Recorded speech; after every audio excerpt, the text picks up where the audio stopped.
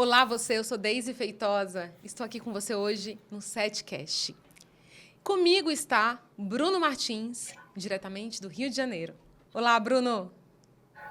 Olá, Deise. Vamos para mais um? Vamos para mais um SETcast. É isso aí. Bom, como de costume, eu queria apresentar para você, reforçar, na verdade, o que é a SET, quem é a SET. A SET é uma associação sem fins lucrativos que reúne há mais de 36 anos profissionais em empresas do setor de mídia e entretenimento. A SET ela tem foco em tecnologia, mas ela também tem em outras áreas desse amplo ecossistema. E ela tem participado ativamente de todas as grandes transformações do mercado de radiodifusão. E agora colabora com trabalhos voltados à TV 3.0. Isso, Deise. E a SET quer estar presente em todos os espaços e falar com todos os públicos, né? E, portanto, estar aqui com um canal de podcasts abre espaço para conversas contraídas com convidados sempre muito especiais. Vamos falar de tecnologia, mas também de muitos outros assuntos. É isso aí, Bruno. E hoje a gente tem uma convidada bem especial para o nosso público, né? Como sempre, o SETcast está sempre trazendo convidados especialíssimos, cada um, assim, super especializados e especiais, pessoas do bem, pessoas leves, pessoas que estão contribuindo com um mundo melhor, não é isso, Bruno? E hoje a gente tem uma convidada especial, que ela é especialista nisso que a gente está fazendo, que a gente está aprendendo ainda, a gente está ralando. Eu e Bruno, há quase um ano, estamos terminando a nossa primeira temporada do SETcast, praticamente, né, Bruno? Isso. E a Beatriz, acho que ela pode tornar nosso mundo melhor hoje. Beatriz, desculpa, até fiquei emocionada e me engasguei. Oh, meu Deus. Mas Beatriz Fiorotto. Olá! Seja muito bem-vinda entre nós, obrigada. produtora, jornalista, podcaster, roteirista, tantas e tantas outras cositas más que a gente vai falar um pouquinho hoje. Seja muito bem-vinda, eu estou muito feliz com a sua presença, que bom que deu certo. Eu tô feliz também, muito obrigada pelo convite. Estive na SET Expo em 2016. Olha o jabá. Atesto e confirmo, é show. Mas é legal mesmo. Eu aprendi um monte de coisa que eu não esqueci até hoje. Não, a SET é muito legal. E hoje, assim, só lembrando, gente, que em agosto temos SET Expo 2024. Eu sempre falo que eu também comecei a participar da SET com a mamadeira no braço. Eu era estudante ainda de comunicação, de rádio e TV, e aprendi muitas coisas, me desenvolvi e estou aqui hoje no SETcast. Então, tem toda uma trajetória. A SET realmente a feira é incrível, com muita tecnologia, mas também o congresso da SET. É isso, as palestras são muito legais. Eu nunca vou esquecer, tipo... teve uma palestra da NHK falando sobre como eles há muito tempo têm uma tecnologia muito mais avançada e para eles é tão corriqueiro que é tipo assim, câmeras de segurança em 4K. E aí, em seguida, a Globo falando que engavetou Verdades Secretas por um tempão, porque não tinha qualidade ainda disponível para fazer o que eles queriam fazer sem gastar um caminhão de dinheiro. Cara, é muito legal. É muito legal, é isso. E agora a gente tá falando de TV 3.0. Cara, eu amo. Sabe? TV 3.0 parece uma coisa de filme, assim, né? Esse nome, né? TV 3.0. O futuro. Futuro. Um futuro presente. Você é radialista, formado em rádio e TV. Então, faz parte do nosso ecossistema, da nossa história. Bom, então, assim, como é de praxe, eu queria pedir para você se apresentar para o nosso público, para não ficar chato. Depois você me fala se isso funciona, tá? Mas é legal, aqui, lê seu currículo. Conta um pouquinho pro nosso público, traz a essência da Beatriz Fiorotto aqui pro seio do nosso SETcast. A essência de Beatriz Fiorotto. Beatriz Fiorotto está procurando em terapia. O âmago do seu ser aqui pra gente. Tem essa parte. Mas olha... Eu também. Pois é, né? Os calmantes naturais. Que trampo. Às vezes... Se acalme. Menos naturais. Enfim, quem eu sou e o que eu faço, né? Eu sempre quis fazer comunicação, fui para o cursinho e aí eu queria fazer jornalismo. E eu fiz Casper, né? Que inclusive a gente se conheceu nessa palestra que eu fui dar lá junto com a Mikan. E eu queria jornalismo, eu descobri que era um trampo entrar em jornalismo, é uma vaga muito concorrida, é difícil. E aí eu comecei a estudar, tipo, quais são as minhas outras opções? Porque a época de vestibular é uma época muito horrorosa, que se você não passar, parece que você vai morrer e vai ser horrível. E aí, olhando as opções que eu tinha dentro de faculdades de comunicação que eu gostava, particular e pública, eu descobri rádio e TV. Eu não sabia desse curso, eu não conhecia ele. Curso maravilhoso, que tem muita gente falando que vai acabar, que tá fechando, que agora vai virar audiovisual. Depois é uma discussão boa aí pra gente. E eu espero que não feche, porque tem coisas do curso específico de rádio e TV, especialmente de história, enfim, falaremos disso. Mas, enfim, aí eu prestei, passei, foi uma amiga minha Roberta, que me ligou e falou: você já viu a lista? Você passou! E ela já era de rádio e TV. E aí... E lá fui eu fazer rádio e TV. Enquanto eu estava na faculdade... Espera só um minutinho. Enquanto eu estava na faculdade, eu fui descobrindo... Eu tive aulas com um professor chamado Ninho. Com ele, eu descobri que produção era muito legal. E que eu gostava de resolver o perrengue para a coisa acontecer. Então, nossa, vai precisar de uma cadeira marrom para a gente fazer esse negócio. Eu adorava ser a pessoa que vai atrás desse raio dessa cadeira marrom. Né? Eu também adoro isso, adoro resolver problemas. Eu sou formada em rádio, TV e jornalismo. Então eu falo, eu nasci pra ser produtora e pra resolver problemas. Aquela camiseta que virou meme, eu reclamo, mas resolvo. É isso. Exatamente. E aí eu fiz isso, eu me formei. E assim que eu me formei, o mercado estava muito saturado. Não que ele nunca esteja, né? A gente sempre ouve esse papo, tá saturado. Você não vai conseguir empregos, né? Pois é, mas eu me formei bem na rabeira entre a profissionalização dos conteúdos na internet. Então, já tinha gente fazendo dinheiro com o YouTube, fazendo dinheiro com produção de conteúdo, dessa maneira bem ampla, assim. Mas ainda não tinha, assim, a galera com aquela equipe formada, com a empresa, onde você trabalha, né? E aí você fala o nome do YouTuber e isso é normal. Não existia muito direito. Então, eu trabalhei em escape room. Uau! Eu fui monitora de escape room por 1 ano. E tentando fazer freela.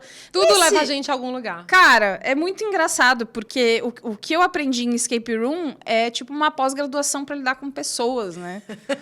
As pessoas... O que foi essencial para o que você faz hoje. Pois é.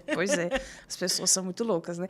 Enfim, e aí, nesse meio tempo, enquanto eu tava no escape, comecei a ficar noiada que eu tava, tipo, não tava produzindo nada para ter portfólio e tal.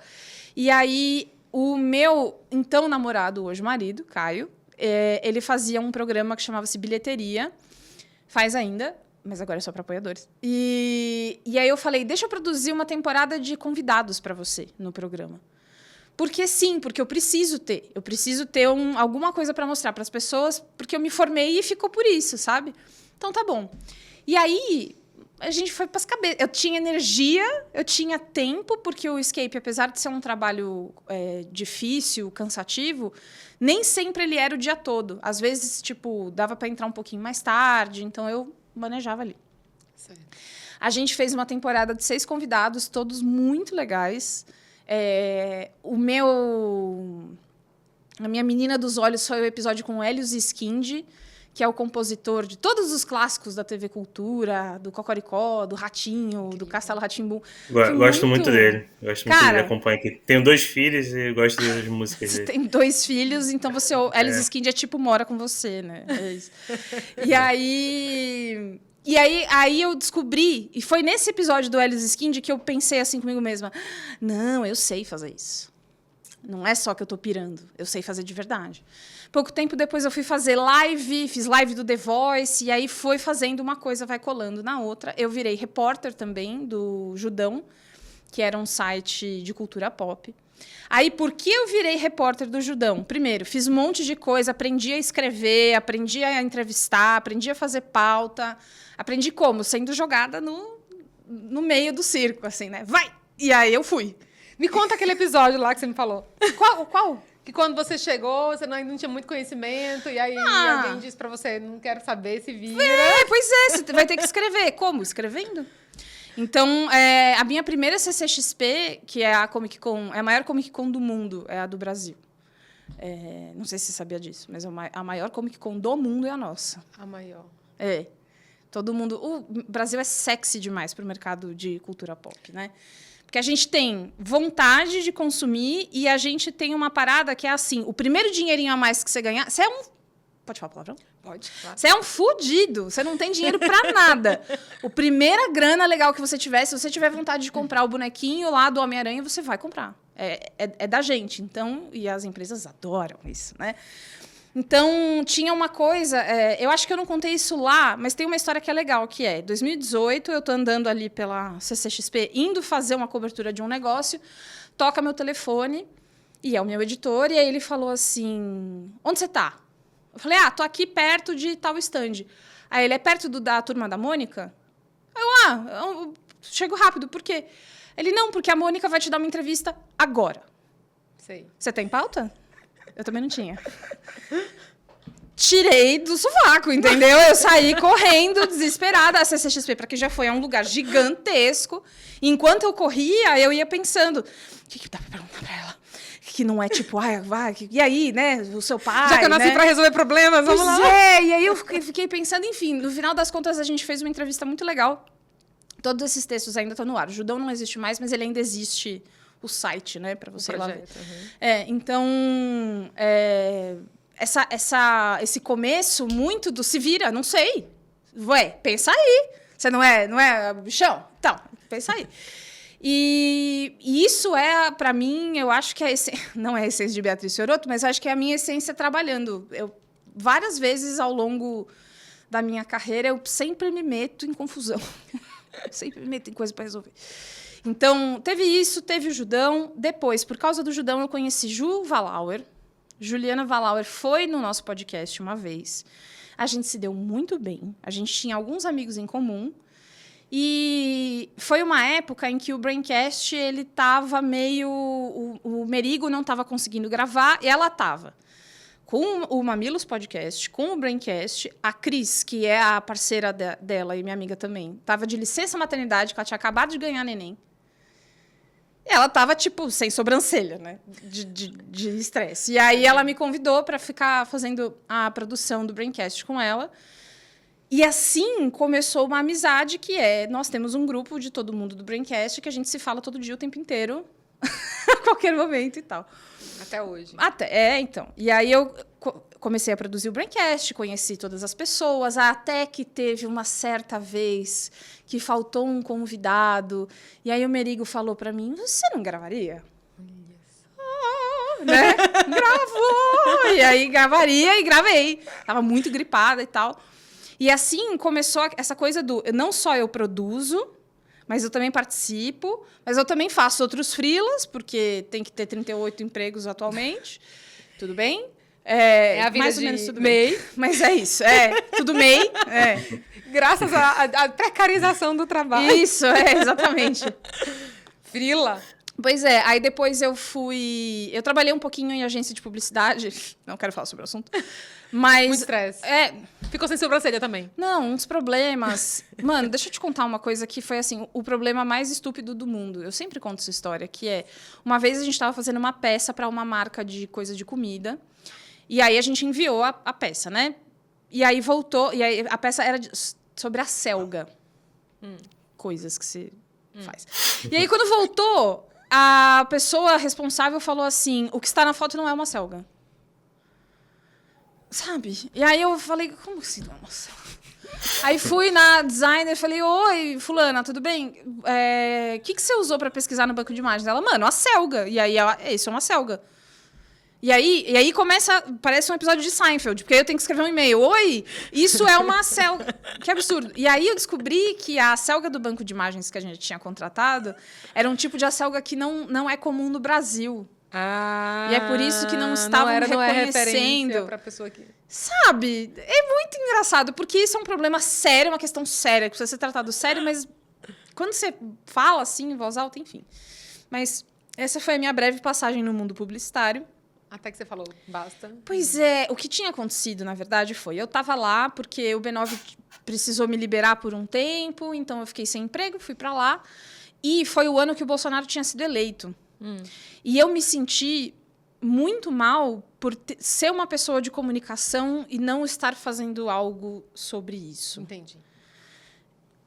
Não sei se todo mundo se sente desse jeito. Eu acho que, pelo menos, todo jornalista que fosse contra esse desgoverno talvez tivesse se sentido dessa maneira.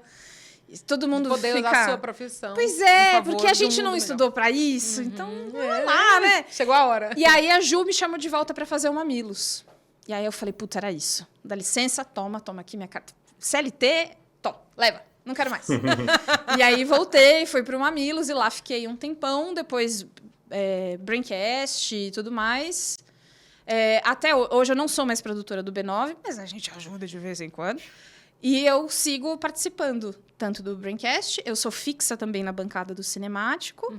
E, vez ou outra, as meninas me chamam para um Mamilos Cultura pra gente falar de umas coisinhas. Ou seja, o vínculo continua firme e forte. Somos amigos, né? Gente, mas assim, que potência é essa rede B9, assim? Eu amo. Que explodiu, assim, começou a crescer e também contribuir com outros projetos. Fala um pouquinho, assim, dessa... Né? Hoje, eu estava vendo aqui, hoje a gente tem 42,9% dos brasileiros que escutam podcast entre 16 a 64 anos, enquanto mais de 21% da população mundial também escuta podcast. Então, fenômeno. Mas a B9 é um fenômeno aqui no Brasil. Eu amo. É muito engraçado. A relação das pessoas com podcast é muito engraçada, porque é uma mídia muito íntima. É uma mídiazinha, assim, do pé do ouvido. Ainda que hoje a gente tenha videocast, como esse. Que também é podcast. Que também é podcast. Eu não consumo... Sempre que eu falo isso, ele fica... Para, as pessoas têm que ver o vídeo também. A gente se esforça para fazer. Eu não consumo nada em vídeo. Porque o meu consumo de podcast... E não é por birra. É só porque o meu consumo de podcast, ele indo de ônibus, indo de carro para os lugares, fazendo a faxina. Ele é esse consumo enquanto eu estou fazendo alguma coisa, ele fica lá. Eu não paro para assistir. A não ser que alguém faça alguma coisa que eu fiquei com muita curiosidade para ver no vídeo como é que é, e aí eu paro lá e boto o vídeo. Mas, enfim, o B9, o Braincast, ele é um dos primeiros podcasts do Brasil. E o Mamilos, ele é de 2014, está fazendo 10 anos esse ano. Ele foi responsável por essa grande primeira onda de podcasts que abraçam muito as pessoas.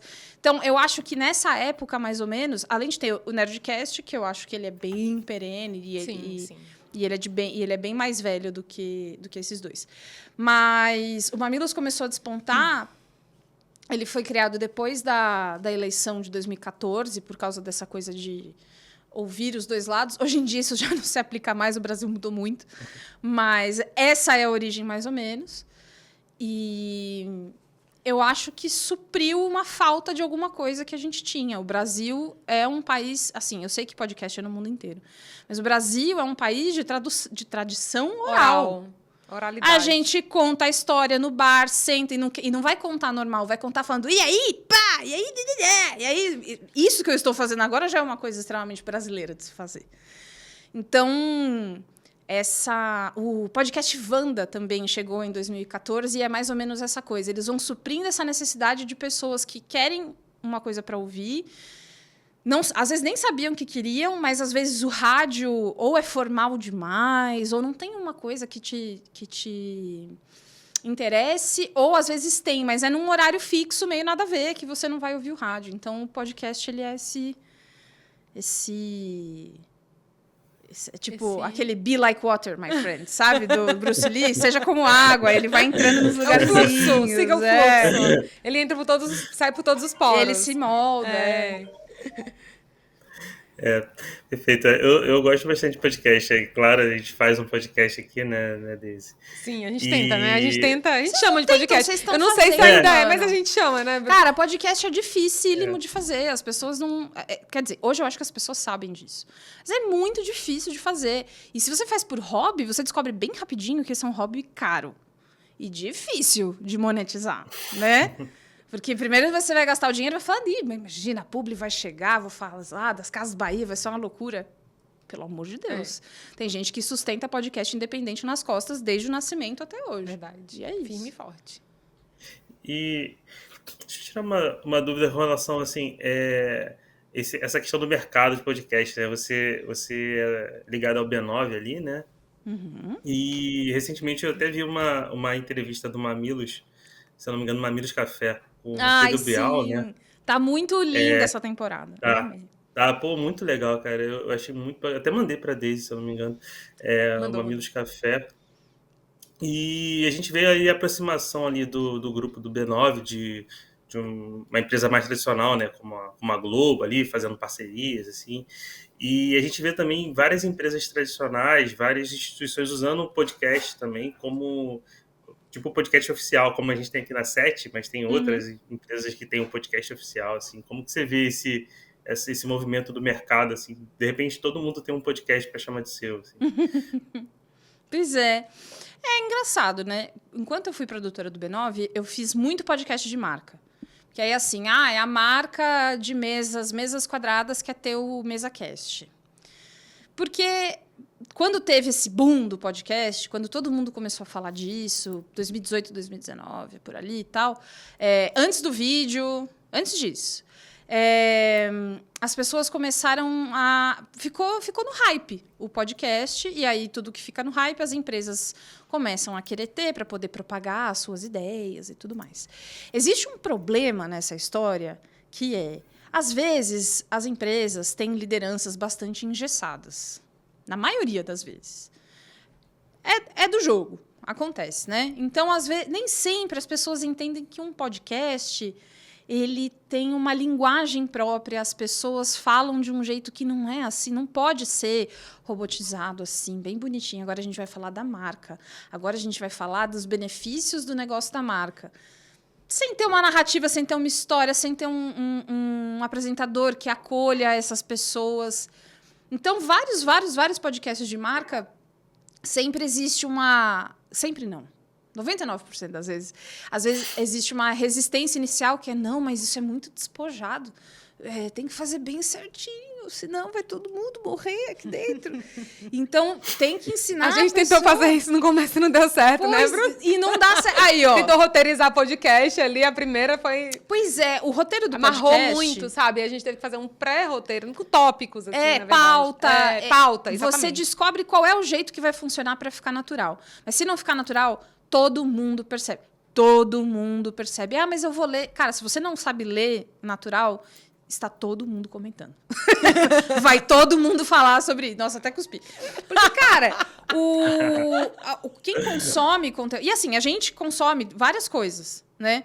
Quando você vê alguma coisa que não é natural, tipo um merchan na TV que a pessoa muda de... Tem uma competição de culinária que passa na televisão, que eu gosto muito, tá? Eu assisto assiduamente todos os anos. O MasterChef.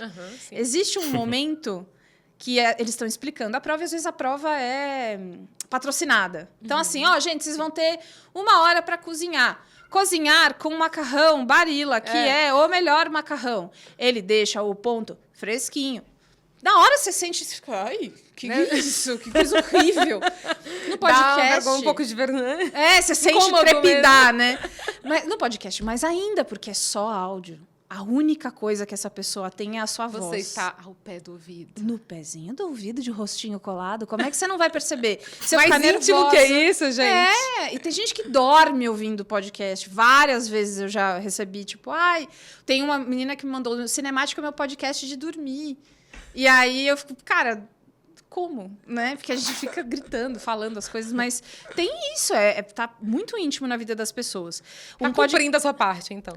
Um podcast de marca já é mais difícil ter adesão, porque as pessoas não querem. Vou dar um play aqui no podcast do Guaraná, né? Sei lá, mas o Guaraná ele tem uma campanha muito louca chamada Coisa Nossa, que é um canal com influenciadores que eu acho que é muito bem sucedido. Por quê? Porque é maluco. Porque eles deixam as pessoas serem as pessoas. Não é para ficar falando do Guaraná. É para fazer o teste de gambiarra de transformar essa caneca num paraquedas. Só que é envelopado Guaraná. É isso. Então, é a mesma coisa. Voltando ao assunto, que eu dei uma desviada. Vamos voltar. Voltando. O mercado, eu acho que ele ainda precisa...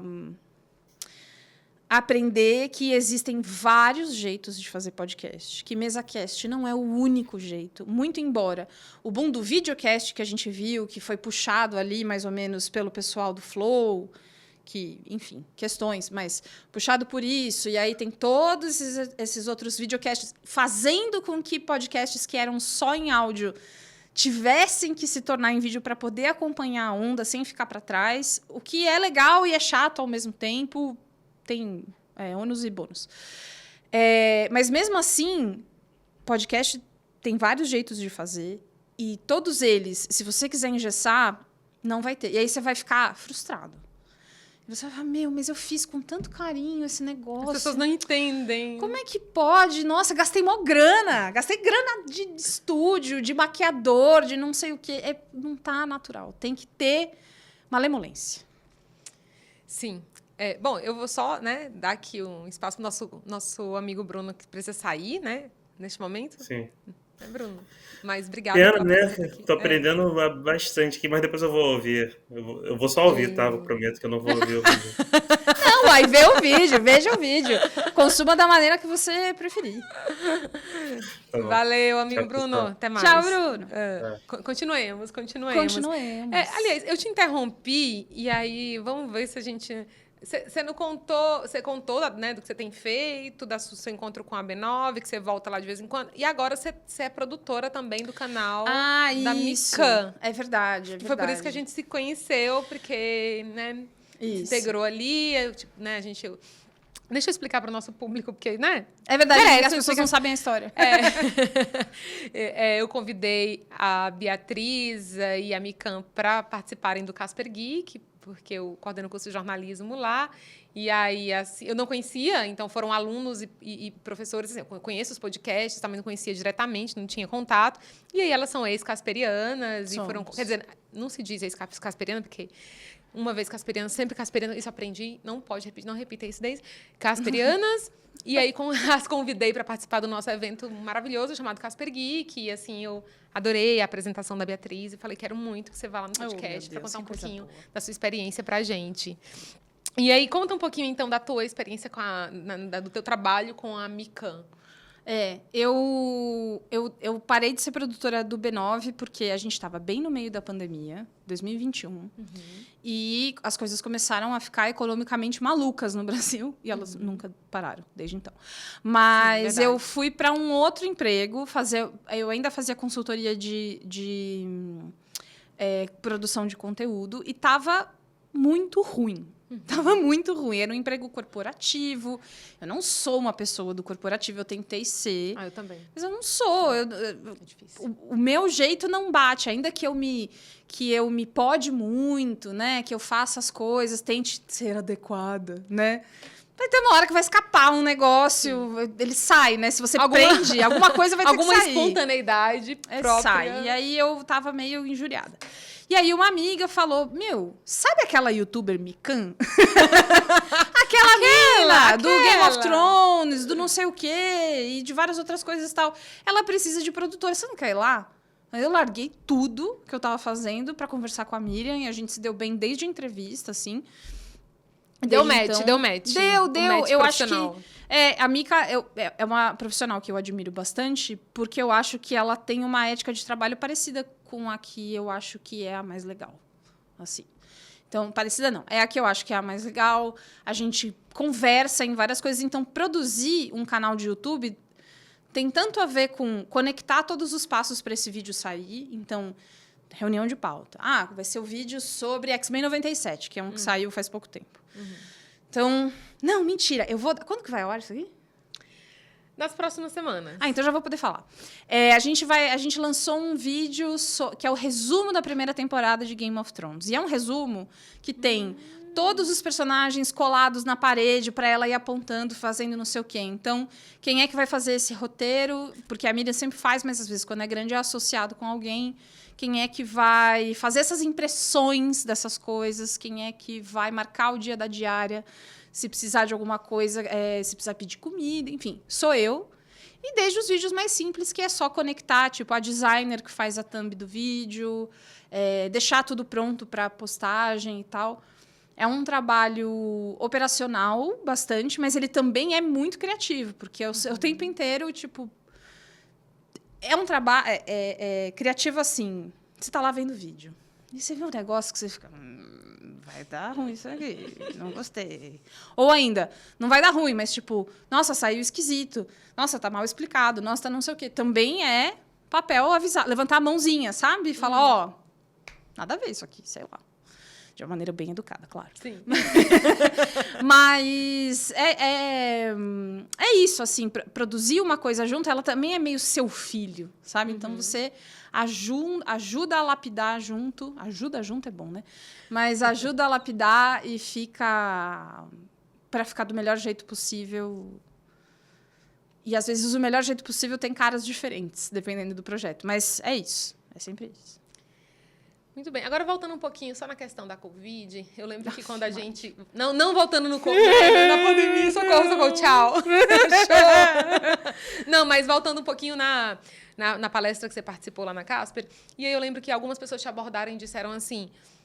Nossa, que maravilha, você me fez companhia, você foi a minha salvação naquele período. Como era bom te escutar os programas da... Enfim, né? Falaram da B9, os programas também falaram do Mamilos e tantos outros, Cinemático também. O Mamilos, mas o Mamilos é o campeão do Vocês Me Salvaram. Como é que você se sente quando você escuta isso? É engraçado, né? É muito esquisito. A Covid foi uma coisa louca, porque o que aconteceu foi que as pessoas pararam de ouvir podcast. Porque elas não iam mais para o trabalho, elas não iam mais para a escola, elas não dirigiam mais. Não tinha mais distração. Tinha os filhos chorando em casa, tinha que cuidar, pois tinha que trabalhar. Então, como tá todo mundo em casa, acho que o máximo que as pessoas faziam era ligar para lavar louça, né? Que tem aquela piada de sempre, que é, meu Deus, como as pessoas lavavam louça antes da invenção do podcast. E a gente tomou um sustão, assim, um sustaço. Então, caiu bastante a audiência. Caiu e a gente ficou, mas as pessoas estão em casa. Aí, junta... 2 com 2, né? Que sim, as pessoas estão em casa. Então, elas vão ouvir, tipo, na faxina e na louça. Mas todo o resto, de todo mundo andando pela cidade, tem muita gente que ouve no trabalho também, fazendo as coisas e tal, não tinha mais. Então, todo mundo ficou meio... Ai, meu Deus do céu. A economia segurou muito. Então, vários projetos que iam ser lindos, maravilhosos, perfumados e floridos foram cancelados. Todo mundo em casa. Como é que faz para gravar em casa? Porque a gente sabe, mais ou menos. Mas, porra, a gente grava no estúdio, a gente leva a pessoa no estúdio, a gente gastou um dinheirão para fazer um estúdio. Não é só um investimento emocional, mas financeiro, mas também emocional, uma coisa assim. A gente está aqui conversando, se olhando, eu sei quando você vai falar, porque você começa a querer abrir a boca assim e eu já vou finalizando o corpo fala, a minha fala. No Zoom... Tudo fica meio mecânico. Fica mecânico, aí você quer falar, aí o fulano fala, aí o terceiro fulano tá com delay. Aí você fica... Não, a vai internet você. trava. Ai, peraí, voltei. Cara, o primeiro Braincast que a gente gravou remoto, a gente brincou que foi o Braincast mais educado do mundo. Porque ficava todo mundo assim, parado, pra não interromper ninguém. Sendo que no ao vivo a gente se interrompe, porque a gente é tudo doido e tudo amigo. Então tem a intimidade pra falar, ai, cala a boca. A gente assim, muito tenso. E aí a gente aprendeu. Né? No momento da dificuldade, que é qual que é o melhor equipamento, qual o melhor jeito de fazer. Eu gravei por muitos meses dentro do meu... Eu abri o meu armário de roupa. É isso que eu ia falar. Esse é um clássico. E eu punha o PC, o computador e o microfone para não reverberar. E tinha gente que reverberava e tudo bem. E aí as pessoas, o público também foi começando a ficar... Porque também é um susto. A qualidade do som é a coisa mais importante, né? Sim. Porque se é o som que tem, então, né, as pessoas vão perceber. Qualquer coisa pode virar ruído. E a pessoa larga. Se tá muito ruim, próximo. Quantas vezes eu já larguei, tipo, tá uma merda de ouvir, não quero. Tchau. E então... foi devagarinho, assim. Então, a gente aprendeu a fazer isso. Aí, a gente aprendeu como é que fica o melhor áudio para o convidado.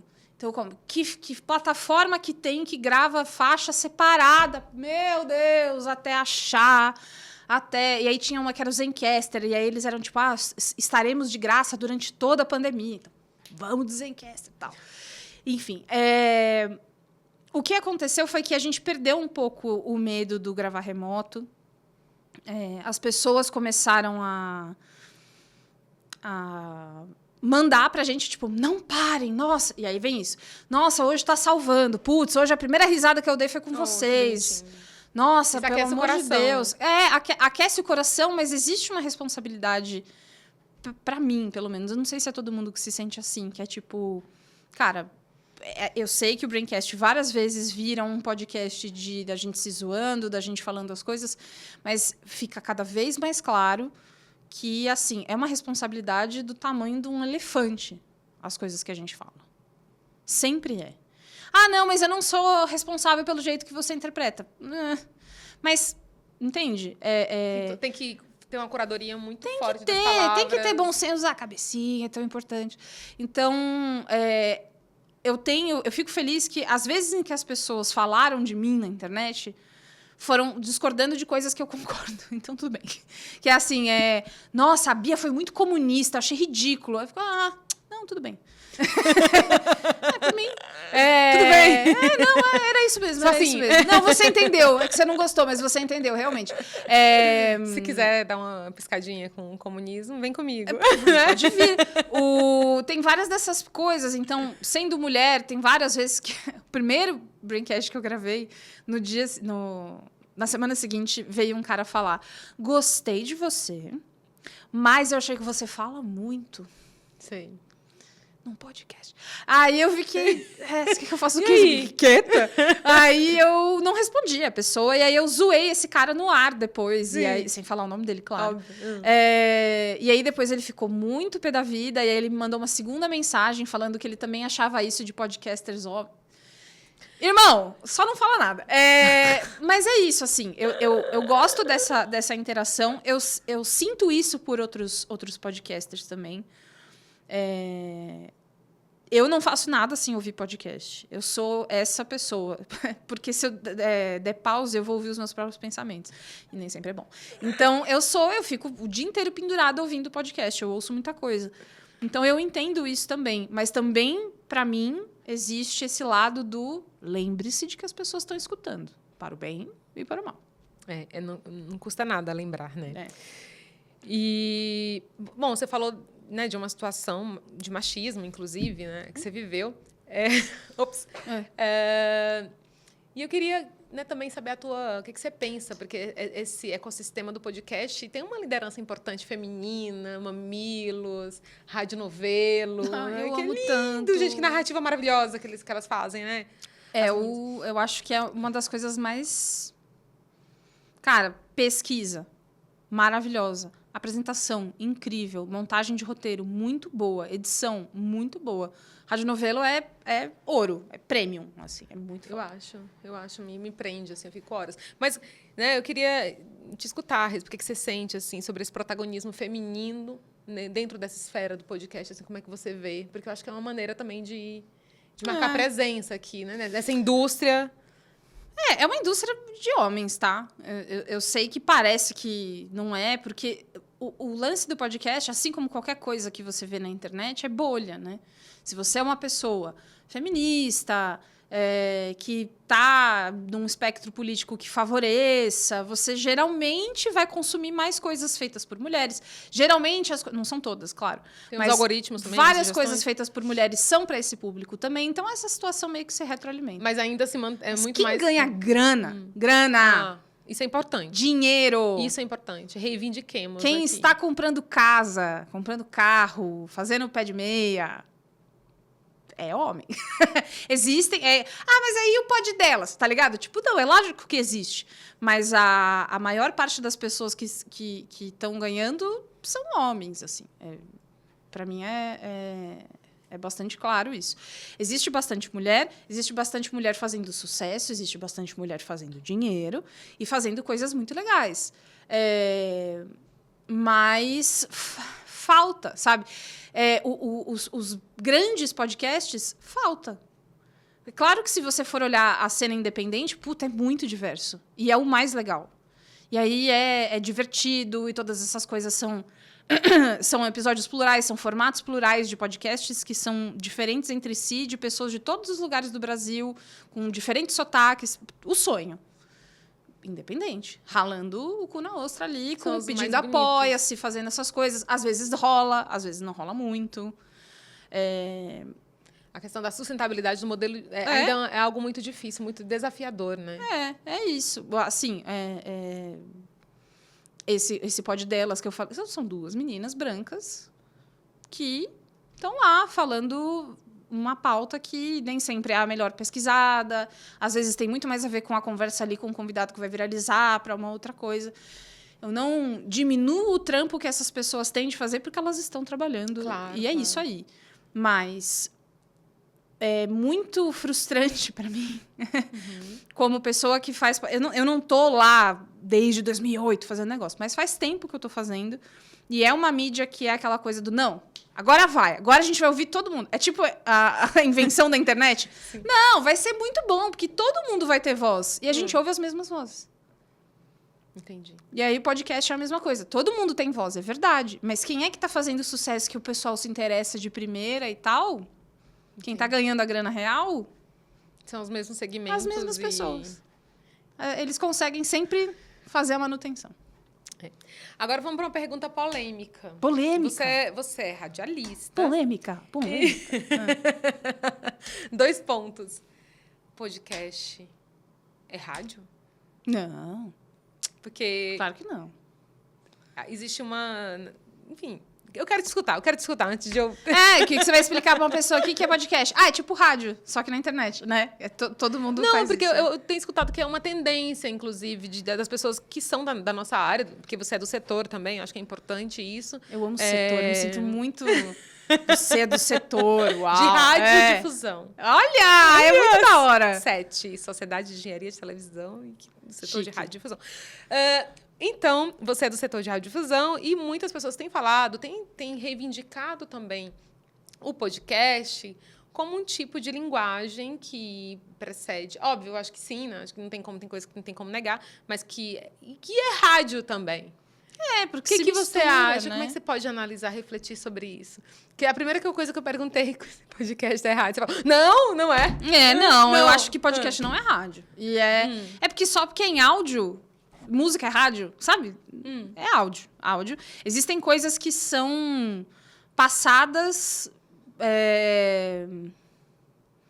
Por exemplo, tipo, antigamente se pintavam retratos. Então, você ficava lá, posava, e aí o pintor se preocupava com a composição.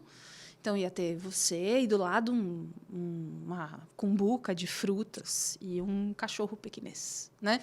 E aí, quando você passa a tirar retratos, você também se preocupa da mesma maneira e você pode tirar um retrato seu com uma cumbuca de fruta e um cachorro pequinês e não vai ser a mesma coisa.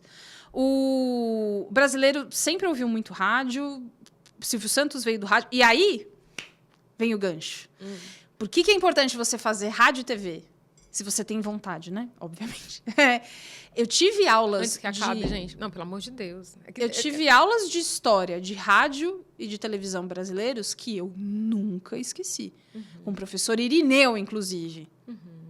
Que era uma pessoa da Casper, que é uma pessoa inesquecível, que inclusive me fez não desistir do curso. Uma época aí que eu fiquei meio... Em dúvida. Adolescente, muito louca, completamente louca. E aí ele fez tipo, não, fica aí, você é boa, tal, enfim. Tem coisas que a gente descobre sobre a história, não só história de televisão e rádio do Brasil, mas como que a gente preserva essa memória? Que a resposta é meio que não preserva. Porque TP era caro, então a gente gravava o programa um em cima do outro, um monte de coisa se perdeu. Rádio é muito difícil de preservar antes. Então, enfim, seja como for, a gente sempre ouviu muito rádio, o brasileiro gosta muito de ouvir rádio, ver televisão. Sempre, a pessoa que está passando pela maior dificuldade que tem, ela tem um radinho com uma pilinha lá e rodando, seja lá o que for que ela queira ouvir. Então, é claro que o podcast, ele ainda mais se a pessoa que gosta de fazer isso ouvir a rádio, então, às vezes coisas mais recentes, tipo Pânico, tipo Chupim, tipo esses programas que ficavam no ar mais ou menos umas 2 horas, 1h30, de gente conversando, entrevistando, passando trote e essas coisas que a gente fazia nos anos 2000. E alguns fazem até hoje. Então, óbvio que tem coisas emprestadas, coisas aprendidas. Mas o rádio não é podcast, primeiro porque o podcast é gravado. Rádio é ao vivo, tem uma pressão do ao vivo. Tem uma coisa de você não deixar o silêncio, se você errar, você vai... O que você vai fazer no ao vivo? Errar ao vivo é muito diferente de errar gravado. Né? Sim. Conversar, saber que tipo de pessoa que está ali, ainda mais se é programa de rádio que o ouvinte liga, o ouvinte pede as coisas, você tem que sempre manter aquela pessoa interessada ali, porque ela não pode desligar da rádio, você não pode perder aquela audiência naquele momentão ali. O podcast, ele tem um tipo de consumo completamente diferente. quem ouve... Existe o diagrama, né? Que tem quem ouve rádio e podcast.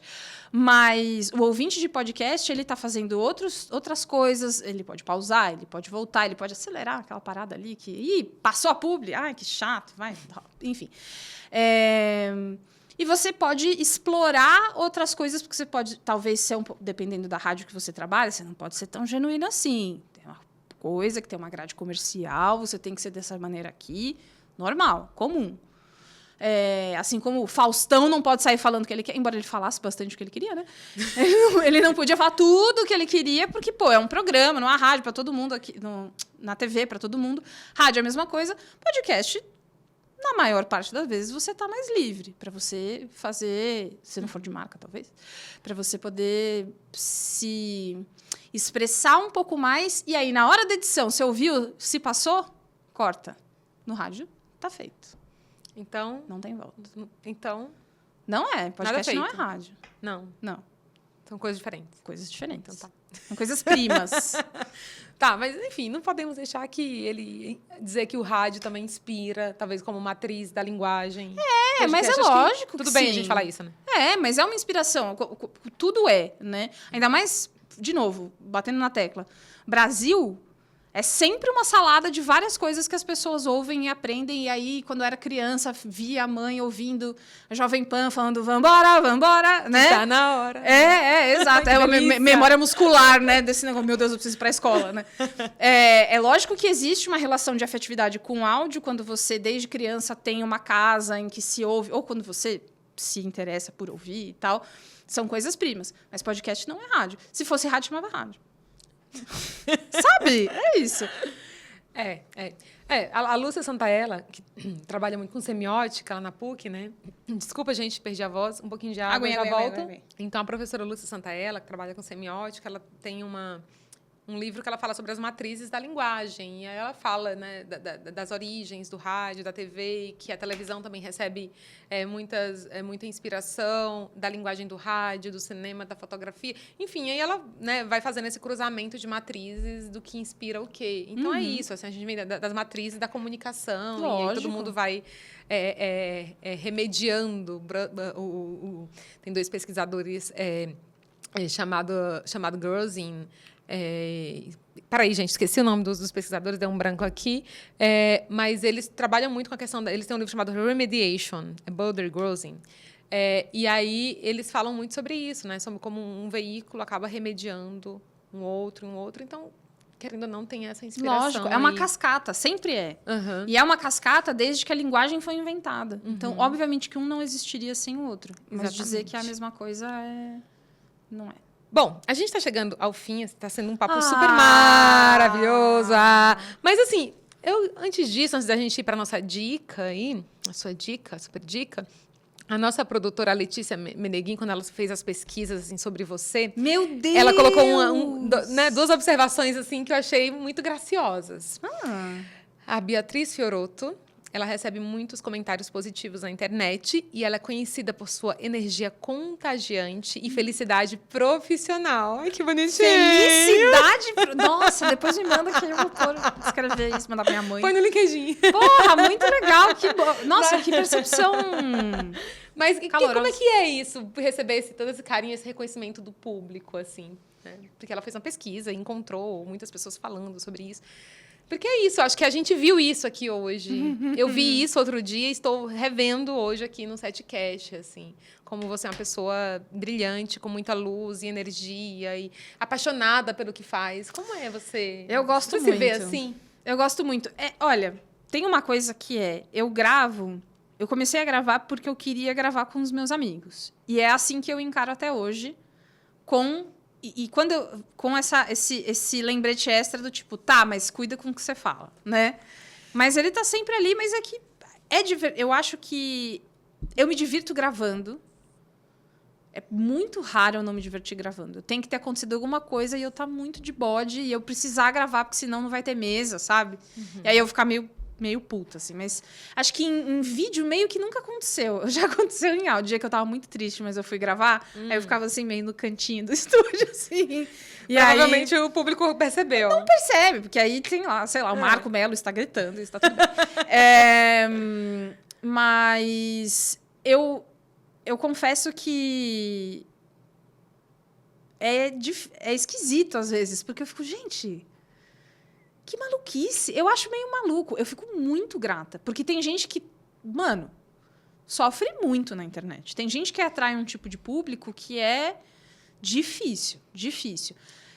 Muito crítico. Pois é, eu acho que a maior parte das coisas que já aconteceram comigo foram justamente por conta de ideologia política. Essa é a única coisa que acontece de vez em quando, não é sempre. É que às vezes vem um desavisado, entendeu? E aí chega lá, essa menina aí, comentário positivo, deixa eu ouvir o podcast dela. E, ai, meu Deus, toma um susto, né? E aí me xinga, me chama de, sei lá, sandices conservadoras. E aí é isso. E aí eu fico, ai, tá. Mais um dia, o chá revelação de que eu sou de esquerda, né? Mas você fica lendo isso o tempo todo? Ou só por cima, assim? Não, é quando mandam pra mim. Porque tem gente... Se você está falando de mim sem me marcar, eu não vou ver, porque eu não fico buscando o meu nome. Mas, às vezes, as pessoas me marcam. Ou, às vezes, elas mandam uma DM.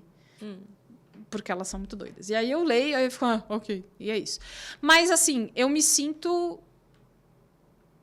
acolhida pelas pessoas que me escutam. E eu sei que eu tenho muita sorte. É um fortíssimo privilégio ter construído um público que é saudável. E que sabe que eu sou uma pessoa. Eu não sou uma figura na internet que não tem vida de verdade. Né? Eu acho que o jeito que eu me comporto... eu acho que o jeito que eu me comporto online também tem a ver com isso. Eu não mostro meu dia a dia, meninas, get ready with me e tal, porque eu não sou essa pessoa. E eu acho que fica genuíno e eu atraio essa coisa das pessoas saberem que é de verdade o conteúdo. Mas, assim, tem várias... É muito engraçado quando acontece uma coisa que é... Eu sou fã de uma pessoa, tipo, tem uma quadrinista que eu gosto muito, chamada Aline Zuvi. E aí... E ela... Cara, eu gosto dela há muitos anos. E aí, um dia, eu fui falar com ela, não sei o que, ela... Meu Deus! A Bia do Braincast! Aí eu, mentira, para! E aí fica... Cara, é assustador, mas é muito... Coisas que você fica assim, meio voltando pra casa, pensando, nossa, a vida é doida, né? Que legal que eu faço isso. A vida é doida, mano. Né? A vida é louca, mano. É muito louca. E aí, agora, tudo bem. Agora vamos falar do futuro. Então, dentro de tudo isso, a gente tá vendo, assim, um boom de podcast, de consumo de podcast, da indústria do podcast acontecer, mais de 40% da população brasileira. Como é que você vê o futuro? Assim, tem pessoas que falam da saturação do mercado de podcast. Como é que você vê esse futuro, então, as perspectivas? Eu acho que já está acontecendo um pouquinho. Eu acho que 2024 finalmente não é o ano do podcast no Brasil. Eu acho que ele é um ano de consolidação para quem está fazendo isso de uma maneira... É que falar de maneira séria é brincadeira, né? Porque tem um monte de gente que faz sério e é mais difícil. Mas para quem está construindo público, vendo o público crescer, eu sinto que é um momento de... Vamos fechar aqui a nossa turminha, vamos geral ficar aqui, consolidar... Porque, assim, a gente acabou de começar a voltar a aquecer as coisas pós-pandemia.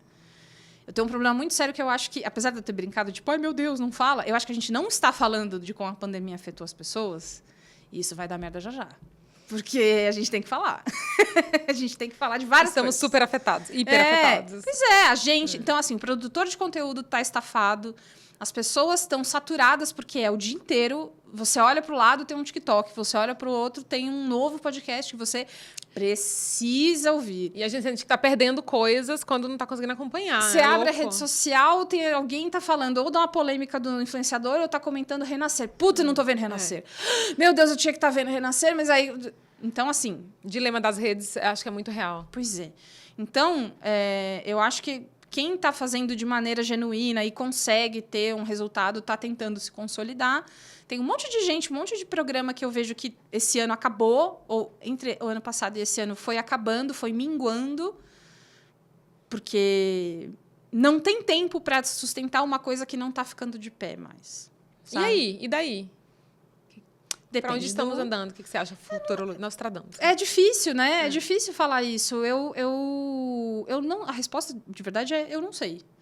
Eu acho que, como categoria, nem sempre a gente é muito unido. Não quer dizer que os podcasters briguem entre si. Porque, na verdade, o que é mais comum é que a gente é meio amigo, assim, que ouve as coisas um do outro e tal.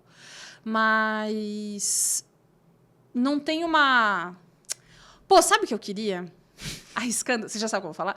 Sindicato de podcaster, tá ligado? Era isso que eu queria. Eu queria que a gente se unisse como categoria.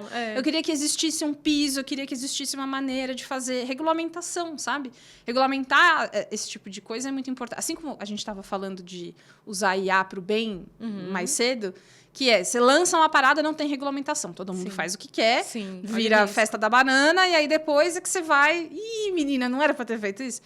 Não acho que seja a mesma coisa de podcast, mas eu acho que passou da hora da gente entender que isso é uma profissão, de verdade. Ganhar dinheiro com isso é difícil, é complicado, nem todo mundo consegue, mas tem um monte de talento, gente que sabe fazer um monte de coisa, que sabe apresentar bem, que faz pauta bem, que faz roteiro absurdo, que é bom de pesquisa, é bom de produção, e fica tentando entrar no mercado, meio que batendo na janela, assim, e tem gente que nem sempre é o melhor, que pode ser que poderia ser aproveitado de outro jeito. Enfim. Tá na hora de falar sobre isso. Pois é, eu acho que seria legal. Ai, concordo. Bom, agora chegando ao fim de verdade. Eu falo, né? Desculpa, eu acho que eu tô te prendendo muito. Amiga, isso aqui tá tão gostoso, eu queria prender você aqui por 5 horas.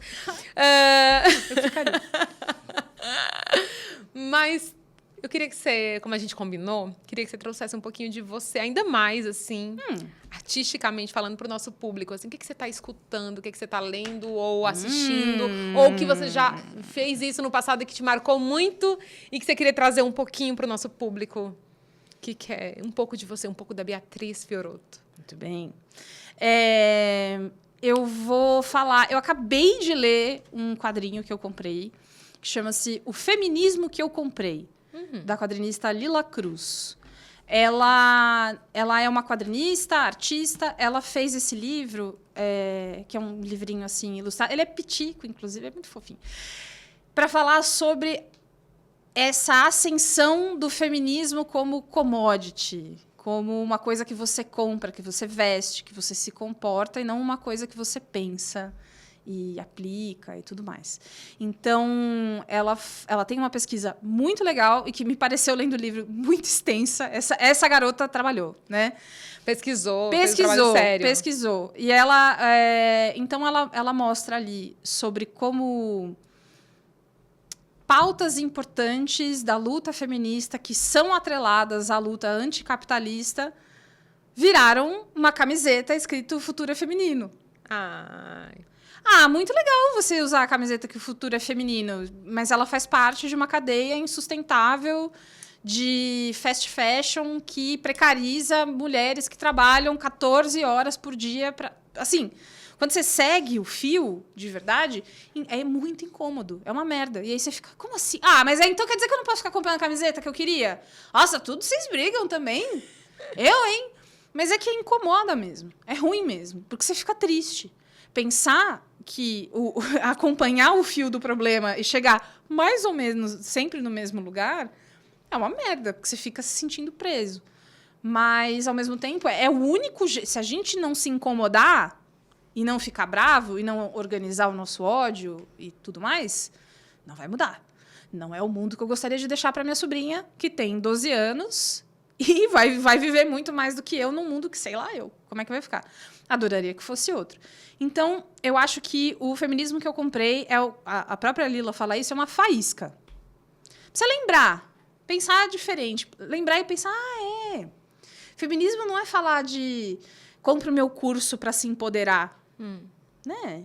Será que eu preciso comprar alguma coisa para ser feminista? Exatamente. Tem que tomar cuidado, né? Bom, nessa linha eu queria também indicar um livro de uma amiga, jornalista, roteirista, e que ela também escreve bastante sobre o feminismo. É um HQ que é recente, esse livro aí, deve ter pouco mais de 2 anos, chamado Berta Lutz e a Carta da ONU. É da Angélica Calil e da Mariama.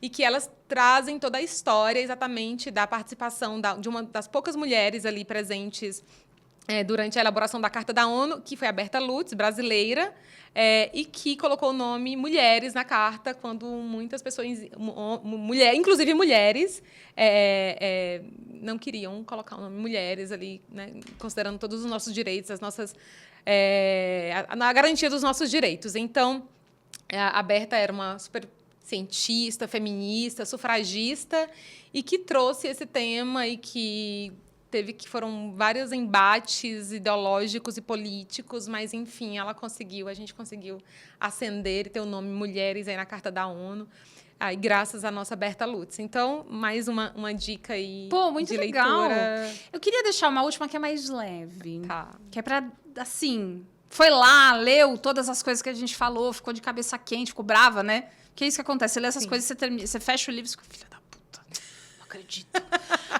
Aí...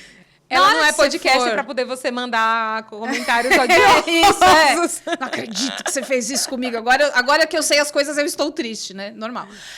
Tem um filme no Prime Video que é a coisa mais fofica do mundo, que chama-se Música. Esse filme é feito... Deixa eu pegar aqui o nome do ator. Os dois atores principais são atores... São atores brasileiro-americanos. Então, eles são nascidos nos Estados Unidos, mas de famílias brasileiras. E aí, essa é uma história criada por esse ator, que também é o protagonista, chamado Rudy Mancuso, que ele, inclusive, é grande no TikTok. E ele faz o próprio personagem chamado Rudy. E ele é um cara, filho de mãe carioca. E quem faz a mãe dele no filme é a mãe dele mesmo. Uau. Cara, ela rouba muito a cena, é muito engraçado. É um filme leve, ele é fofinho, ele é água com açúcar. Ele é um romance dele com a atriz Camila Mendes. Ela fez, acho que Riverdale. E ela é de família brasileira. Então, os dois falam português misturado no meio. Eles combinam de comer coxinha nos Estados Unidos. Eles moram em Miami, eu acho.